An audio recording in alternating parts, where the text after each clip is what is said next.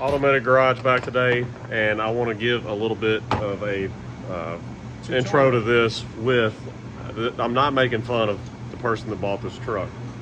What I am doing, this is to show you, don't go look at a truck with your mindset on buying a truck before you get there, because what this customer has done now is he's bought himself a giant headache and paperweight with this truck. It is a 6.0. I'm not saying call me and get me to look at it. If you're in the area, I'll be glad to look at a truck before you buy it.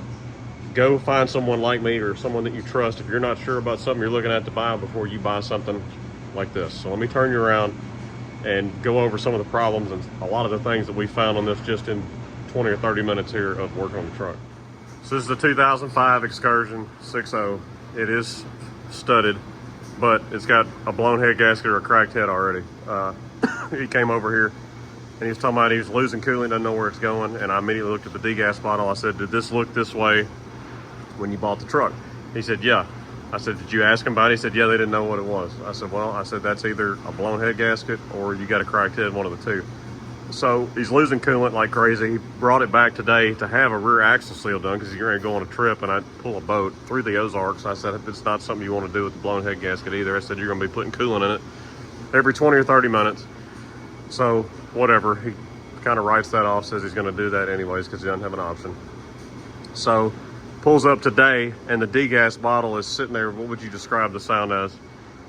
It sounded like a dog squeak toy you're barely squeezing and letting go, squeezing, letting go, because the bottle is getting ready to bust at the seams. The cap is domed and swollen. And I said, man, that bottle's gonna explode on you while you're driving it. It's leaking that bad. I did put my head gasket little tester gauge on it the other day, right here.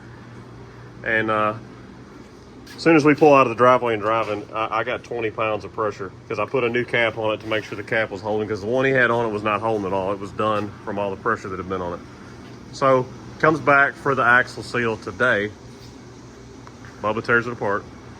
He said, hey, you got to come look at this. So this bearing is supposed to come off in the back side of your hub here. It's supposed to come off in there. With the seal still with it. With the seal still in it. So he said, hey, this bearing is on here tight, which I mean, on occasion when the seal gets worn or whatever, you'll pull it off and yeah, this will happen, but you just come over here with just a little effort and the bearing will come off. So I got to looking at it and I said, man, that has been welded.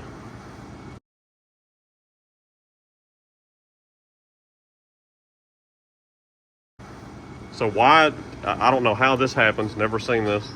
This has been welded. It's not a true surface anymore. How they got the bearing on, that bearing actually feels like it's got extra slop. I'm wondering if they just had to beat the shit out of the bearing to get it to go over their weld. I imagine they put something around it and then tap that bearing into place. Yeah, so this isn't right.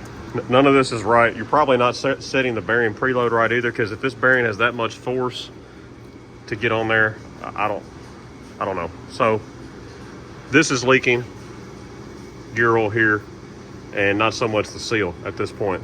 You can tell that seal is not old. It actually feels pretty tight. You can't even set the bearing preload right because look at how oblong that is. You can get it close. I'm not even sure how this happens. So the axle was new. The end of that axle, you can tell it's brand spanking new. So I don't know how you get. I don't know how that happens, but it's happened. So this is messed up. They told him it was a rust-free truck. You start looking at everything. This truck has got some rust. I know you guys up north are gonna say that ain't shit, but this truck has got some rust. Fantastic welding job on the exhaust. Of course, it's leaking coolant like crazy now because the degas bottle's cracked. You walk around the truck, and I mean, the bumper's been rattle can painted to cover up rust. What else am I missing, Bubba? Oh, it's got a blown charge air pipe boot, the one coming off the turbo there. It was that way when he bought the truck too. So have somebody look at this before you buy it. Don't buy something that's just you're gonna sink a bunch of money into, because he paid good money for this truck. Now it needs a head gasket job. I told him, I said, I do not use factory heads anymore. That's a problem. I can't guarantee the work quality using factory heads anymore because they crack too easy. So we only use the Kill Devil diesel heads with the ARP studs now and OEM gaskets. Anyways, long story short, I couldn't believe this was welded.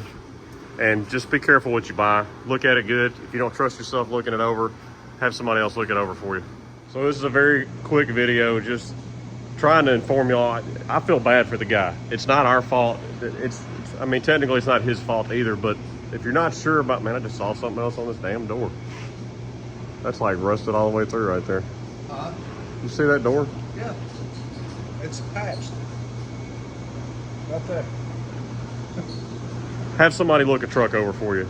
It's okay to say no also, because the last thing you want to do is buy this truck thinking you're gonna go haul your boat, haul your family with it, and you got to sink thousands upon thousands of dollars on it. And the head gasket problem will be different if there was no other issues on this truck. Yeah, by all means, buy a clean Excursion, and if you know it needs head gaskets and you're okay with that and saying, hey, I know it's going to take $5,000, $6,000, $7,000, whatever to make it right, I'm okay with that. But this has got issues front to back, and looking at the quality of work that was done on that, it makes me scared of what else we haven't found, what else is going on that ain't right.